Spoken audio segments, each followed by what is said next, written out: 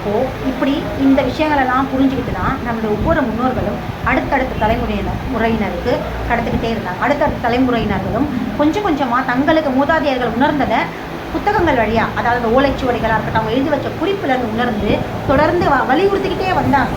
அப்படி வலியுறுத்தினவங்க தான் தேரையர், அப்படியே திருவள்ளுவர், ஔவையார். இவங்க அதற்கு முன்னாடி வலியுறுத்தினாங்க இல்லையா, அவங்கக்கிட்ட இருந்து ஔவையார், திருவள்ளுவர், தேரையர், அப்படியே சங்க இலக்கிய பாடல்கள் எழுதினவங்க எல்லாருமே அது ஜீவக சிந்தாமணி, குண்டலகேசி எல்லாமே அடுத்தடுத்த காலங்களில் வந்தது, அடுத்தடுத்த பகுதிகளில் வந்தது. அடுத்து நான் கொஞ்சம் சமீபமாக பார்த்தீங்கன்னா பாரதியாரும் இப்படியான ஒரு மூதாதையர்கள் வலியுறுத்திய விஷயங்களை புத்தகங்கள், அவருடைய ஞானம் எங்கேருந்து கிடச்சிதுன்றீங்க, இதெல்லாம் வாசித்ததுனால தான். பாரதியார் அவருடைய வாழ்க்கை வரலாறில் பார்த்துக்கிங்களே, அவருக்கு அரசர்கிட்ட வேலை கிடைக்கும். அந்த அரசர் சபையில் அவருக்கு வேலை கிடைச்சோடனே அவருக்கு கிடைச்ச வருமானத்தை என்ன பண்ணுவார், புத்தகங்கள் வாங்கிட்டு வருவார் வீட்டுக்கு. அவர் கிடைச்ச வருமானம், அதாவது சம்பாத்தியத்தை முதல்ல அட்வான்ஸ் மாதிரி கொடுத்தாங்க இல்லையா, அதில் என்ன பண்ணுவார், அவ்வளோ புத்தகங்கள் வாங்கிட்டு வருவார். இதுக்கு அவருடைய குறிப்பில் இருக்குல்ல, அந்த புத்தகங்கள்லாம் அவர் வாசித்ததுனால தான் முன்னோர்களுடைய எல்லா விஷயங்களும் அவருக்கு புரிஞ்சது. அதுக்கப்புறம் எழுதின பாடல்கள் தான் ஏகப்பட்ட பாடல்கள். அப்போது எப்போ இந்திய சுதந்திரத்தை போராட்டத்துக்காக அவர் எழுதும்போதே வெள்ளைக்காரனுக்காரங்கள பாரதியார் விழுந்துட்டார். அவனுங்க அவரை ஃபோக்கஸ் பண்ணிட்டாங்க. இவர் மிகச்சரியாக எல்லா மூதாதையர்களோட விஷயங்களை பாடல்கள் வழியாக கடத்திக்கிட்டு வராரு.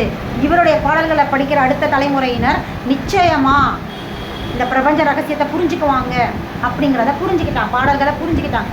பாரதியாரும் மூதாதையர்கள் வழி தான் வந்தார், நேரடியாக எதையுமே சொல்லலை. நம்ம முன்னோர்கள் வாழ்ந்த வாழ்க்கையை சிந்துவெளி இன்னிசை பாடல் பதிவு செய்து இப்படித்தான் வாழ்ந்தாங்க. பணம்ன்றதே தேவையில்லை, பணத்தை முன்னிறுத்தி நம்ம முன்னோர்கள் வாழலை, பண்டமாற்று முறை தான் இருந்தது. அதன் வழியாக வாழ்ந்ததுனால தான் எல்லாருமே ஒன்றா இருந்தோம். இன்றைக்கி எல்லாருமே அந்நியப்பட்டோன்னா வெள்ளைக்காரன் கொண்டு வந்த பணம் தான் அப்படிங்கிறது அந்த பாடல் வழியாக நமக்கு புத்தி சொன்னார். இன்றைக்கி அவன் நம்மளை ஆக்கிரமிச்சிருக்கானே, அதுக்கு காரணம் என்ன அப்படின்னா, பணம் அப்படிங்கிற ஒரு விஷயத்தை கொண்டு வந்திருக்கான். அதை கொண்டு வந்து நமக்குள்ள பல பிரிவினைகளை கொண்டு வந்துட்டான். நம்ம பக்கத்தில் இருக்கிற அண்டை மாநிலங்களோட நம்ம நட்புறவோடு இருந்தோம் அப்படின்னா இந்த பண்டமாற்று முறையினால தான். இந்த பண்டமாற்று முறையை சிதைச்சிட்டு பணம் காசு அப்படிங்கிறத கொண்டு வந்து பணத்தை சேமித்து வைக்கணும். ஏன்னா பொருள் சார்ந்த விஷயமா எக்ஸ்சேஞ்ச் பண்ணும்போது அந்த பொருள் அப்படிங்கிறது அழியக்கூடியது இல்லையா, கொஞ்ச நாள் இருக்கும், அப்புறம் அழிஞ்சு போயிடும். தேவைப்படும் போது யூஸ் பண்ணிவிட்டு அவ்வளோதான் இல்லையா. அதான் இந்த பிரபஞ்சத்தோட நியதி. இங்கே எதுவுமே நிரந்தரமாக இல்லை, எல்லாமே அழியக்கூடியது. ஆனால் பணம் அப்படி இல்லை இல்லையா. இன்றைக்கி தலைமுறை 7 தலைமுறைக்கும் உட்கார்ந்து சாப்பிட்ற அளவுக்கு பணத்தை சேர்த்து வைக்கிறாங்க. அப்போ பணங்கிற ஒரு விஷயம் அழியாத ஒரு விஷயமா இங்கே கொண்டு வரணுங்கிறது தான் அவனுடைய திட்டம். அதை அழிக்க வைக்காமல் அடுத்தடுத்த தலைமுறையினருக்கு இதை கடத்திட்டு போகணும் அப்படிங்கிறதுனால தான் பணம்ன்ற ஒரு விஷயத்தையே அவன் கொண்டு வந்தான். ஆனால் நம்ம முன்னோர்கள் அழிந்து போகிற பொருட்களை தான் எக்ஸ்சேஞ்ச் பண்ணிக்கிட்டாங்க. தடயங்கள் மட்டும்தான் விட்டுட்டு போயிருக்காங்க ஒழிய அவன் சொத்தாக எதுவுமே விட்டுட்டு போகல.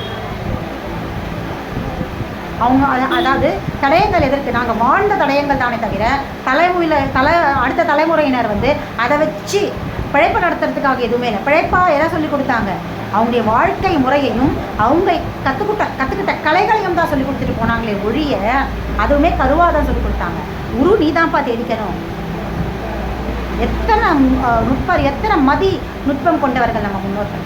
பொருளாக எதையுமே கொடுத்துட்டு பண்டமாற்று முறை தான். நான் கோதுமை தரேன், நீ அரிசி கொடு. நான் வெல்லம் தரேன், நீ கடலை கொடு.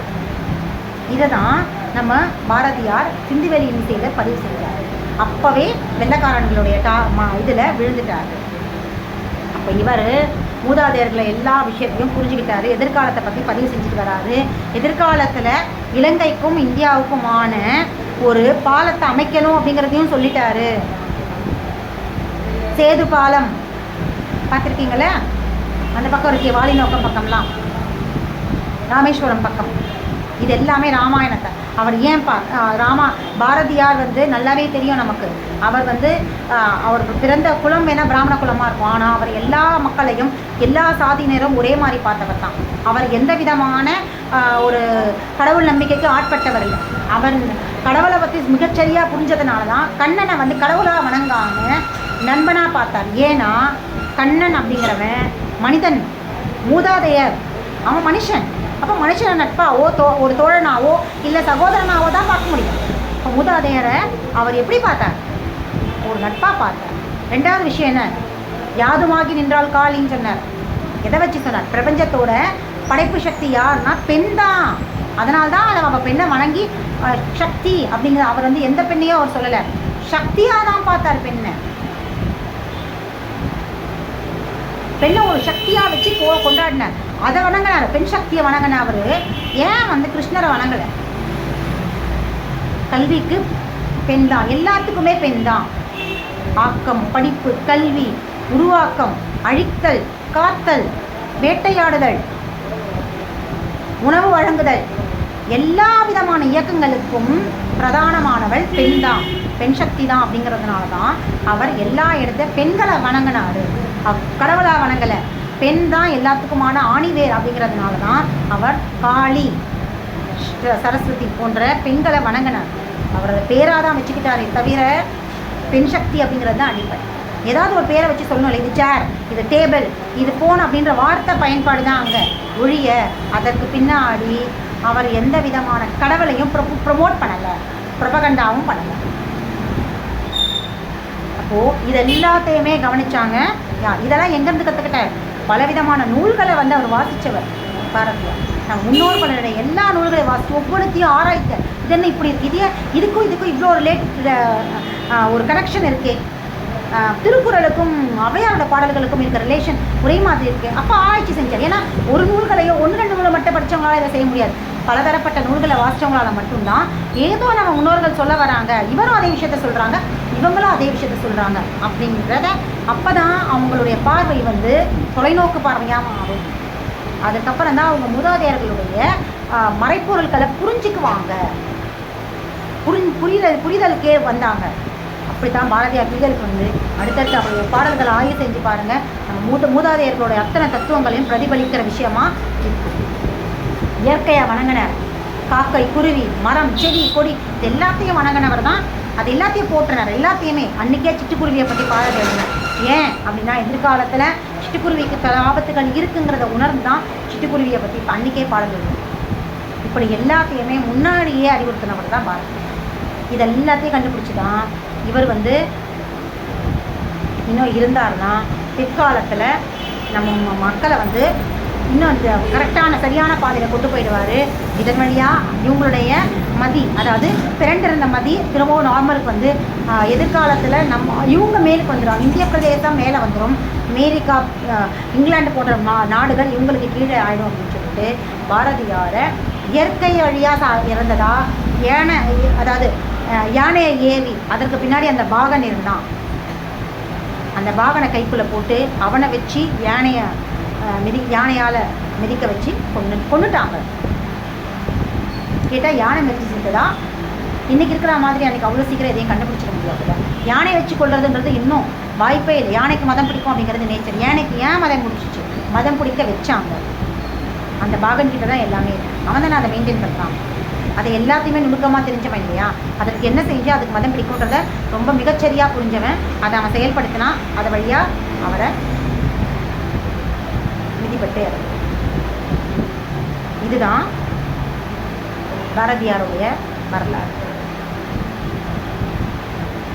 பாரதியாருடைய இறப்புக்கு பின்னாடி ஆங்கிலேயருடைய பெரிய கைங்கரியம் இருக்கிறது.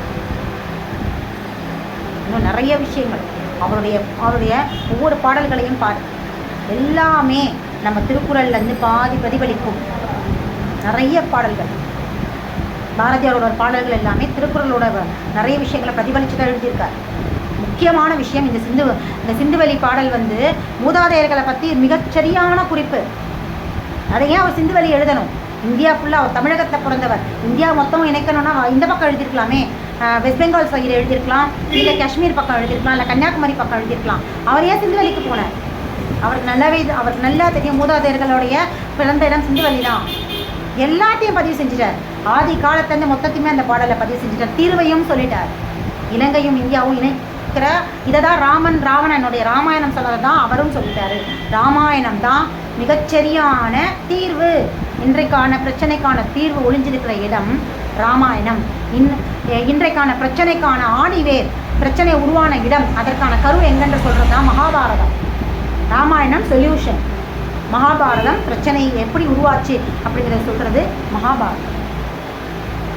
ராமாயணம் தான் சொல்யூஷன். அதனால தான் இந்த சொல்யூஷனை அவர் எடுத்து, ஏன்னா சொல்யூஷன் ரொம்ப முக்கியம் இல்லையா. காரணி இருக்கலாம், காரணி எல்லாம் தெரிஞ்சுக்க வேண்டியது தான். ஆனால் சொல்யூஷன் ரொம்ப எமர்ஜென்சி அப்படின்னு வரும்போது சொல்யூஷன் தானே முதல்ல முக்கியம். ஸோ அதனால தான் அவர் சிங்கள தீவினிற்கோர் பாலம் அமைப்போம், சேதுவை மேடு எழுத்தி வீதி அமைப்போம் அப்படின்னு சொல்லி இதுதான் இதற்கான தீர்வு அப்படிங்கிறதையும்